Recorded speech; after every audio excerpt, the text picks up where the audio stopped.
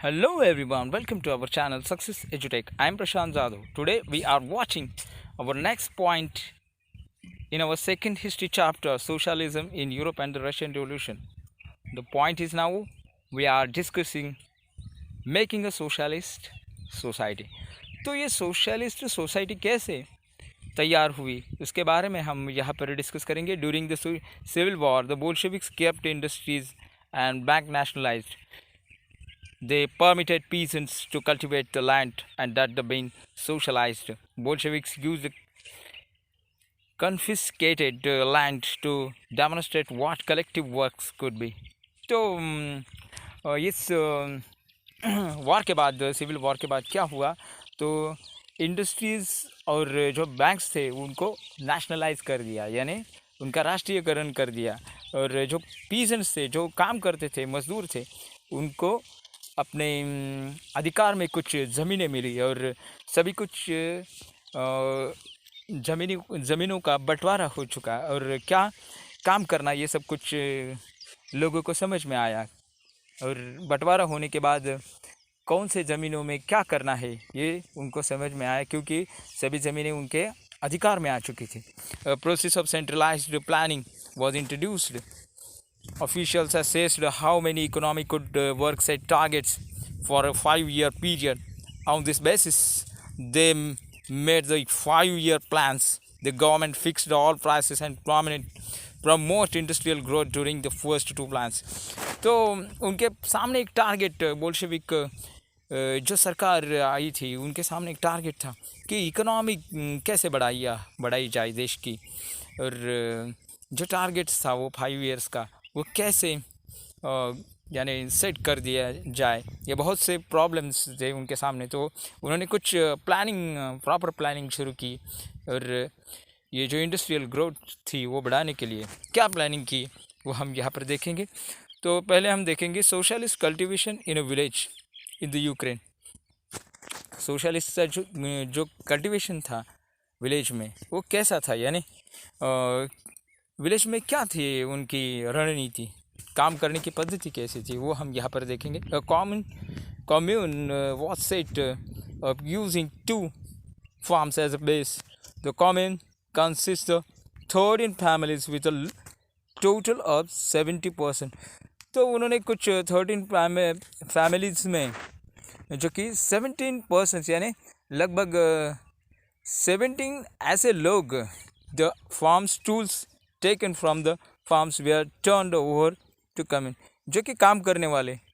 The members at communal dining hall and income was divided according with the principle of cooperative communism. और ये जो काम करने वाले हैं तो उनके कामों का जो डिवाइडेशन, जो इनकम था उनमें बांटा जाता था. यानी जो काम करते थे उनका जो इनकम आता था काम करने के बाद, वो इनकम का वो डिवाइडेशन किया जाता था with the principal of the cooperative communism. यानी उसे कम्युनिज्म कहते हैं, समाजवाद कहते हैं. The entire proceeds of the members labour as well as dwelling and the facilities belonging the commune were shared by the commune members. और ये जो इनकम आता था वो जो कम्यून मेंबर्स है, यानी कम्युनिस्ट के जो मेंबर्स है उनको, उनमें ये बांटा जाता था. सभी को अधिकार था अपने काम के बदले अपना जो मुआवजा है वो पाने का. तो Fedor Belov the history of Soviet collective farm 1955, ये सब कुछ किसने लिखा है? Fedor Belov. 1927, 1932 and 1933, 1938. Centralized planning led to the economic growth. Industrial production increased between 1929 and 1933 by 100%. In the case of oil, coal and steel, new factory cities came into being. तो ये जो industrialisation था वो बढ़ चुका था 1927 से लेकर 1932 और 1933 से लेकर 1938 तक. बहुत सी डेवलपमेंट हो चुकी थी वहाँ पर. 100% जो कारोबार था वो बढ़ चुका था. However, rapid construction led to the poor working conditions in the city. Magnet rocks and the construction of the steel plant was achieved in 3 years. और जो स्टील प्लांट था वो 3 years में उन्होंने अचीव करने का टारगेट रखा था और वो कर दिया था उन्होंने. Workers lived hard lives and the result of was 550 stoppage of workers in the first year alone in living quarters in the winter time in 40 degrees below. People had to climb down from the fourth floor and dashed across the street in order to go to toilet. तो बहुत से problem थे workers को, काम करने वाले workers को, जैसे कि उनके जो दिक्कतें थी विंटर में काम करने की, यानी ठंड में काम करने की, और उसके बाद उन्हें रहने की जगह, ऐसे बहुत से प्रॉब्लम सॉल्व करने में सरकार जुटी थी. N extended schooling system developed and agreement were made for factory workers and peasants to enter universities. Reaches were established in factories to the children of women workers. Cheap public health care was provided. Model living quarters were set up for workers. तो बहुत से ऐसे काम थे कि जो government कर रहा था, कि जैसे शिक्षा का काम, और फैक्ट्री में जो लोग रहते हैं, उन फैक्ट्री में जो लोग काम करते हैं उनके रहने की व्यवस्था, ये सभी कुछ जो प्रश्न थे वो सरकार उन पर अपना लक्ष्य केंद्रित कर रही थी. The effects of all this was uneven through the sins government resources was limited. तो गवर्नमेंट के सामने रिसोर्सेज कैसे थे? लिमिटेड थे, संसाधन लिमिटेड थे, मगर गवर्नमेंट ये सब कुछ करने का ट्राई कर रही थी. तो हम यहाँ पर देखेंगे ड्रीम्स एंड रियलिटीज़ ऑफ शूवेज चाइल्डहुड इन 1933. तो कुछ ड्रीम्स थे, कुछ सपने थे, तो चाइल्डहुड के 1933 में वो हम यहाँ पर देखेंगे. तो एक लड़के ने यहाँ पर कुछ लिखा है, वो हम वहाँ यहाँ पर देखेंगे. Dear grandfather Kalinin, my family is large. There are 4 children. तो वो क्या कहता है? मेरी फैमिली बहुत बड़ी है और यहाँ पर 4 बच्चे हैं.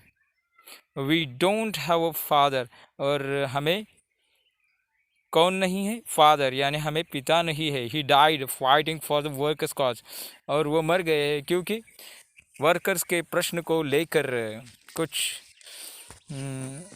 घटित हुआ और उसके कारण वो मर गए.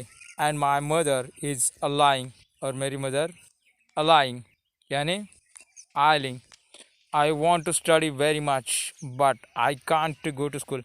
मुझे बहुत सा स्टडी करना है और मगर मैं स्कूल में नहीं जा सकता. I had some old boots. और मुझे जो बूट्स है बहुत ही पुराने हैं. But they are completely torn and no one can mend them. My mother is sick. मेरी मदर तो है मगर वो कैसी है? सिक, यानी वो बिछाने पर पड़ी होती है क्योंकि वो ठीक नहीं है. दवाई या वगैरह उनको देनी पड़ती है हर वक्त. We have no money and no bread but I want to study very much. हमारे पास पैसे नहीं है और खाने के लिए कुछ नहीं है, मगर मुझे स्टडी करना है, कुछ बनना है. There stands before us the task of studying and studying. That is what Vladimir Ilyich Lenin said. But I have to stop going to school. We have no relatives. There is no one to help us. और हमारे पास कोई ऐसा कुछ नहीं है कि जिसके कारण मैं अपना स्टडी करूँ और कुछ बन सकूँ.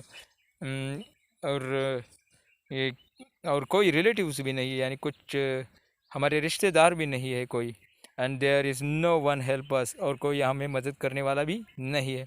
आई have to go to work in a factory to prevent the family from starving. और इसीलिए मुझे फैक्ट्री में जाना पड़ रहा है. हमारी जो फैमिली है उसको भूखे मरने से बचाने के लिए मुझे काम करना पड़ रहा है. Dear grandfather, I am 13. I study well and have no bad reports. I am in class 5. तो मैं 13 वर्ष का एक लड़का हूँ और मैं अच्छी तरह स्टडी करता हूँ, यानी बहुत ही अच्छा पढ़ता हूँ, मगर क्या करे, मेरे पास कोई सोर्स नहीं है स्टडी करने का, यानी पैसा नहीं है। इसके लिए, इसके कारण घर की जो सारी जिम्मेदारी है मेरे ऊपर है और मुझे फैक्ट्री में काम करना पड़ रहा है। And have no bad reports. I am class 5 later of 1933 from a 13 years old work carrying Soviet president from Sokolo and Ossecho to Oblast 5 1930 एक गौरी मॉस्को 1997। तो ये जो लड़का था 13 वर्ष का, वो उसने ये सब कुछ लिखा था और एक ऐसा कुछ प्रावधान होना चाहिए कि हमें भी कुछ सुविधाएं उपलब्ध हो और हमारा ये जो सीखने की एक अभिलाषा है वो पूरी हो जाए। इस तरह का पत्र उस लड़के ने लिखा था। तो मैं प्रशांत जाधव अपना ये लेक्चर यहाँ पर ख़त्म करता हूँ। नमस्कार।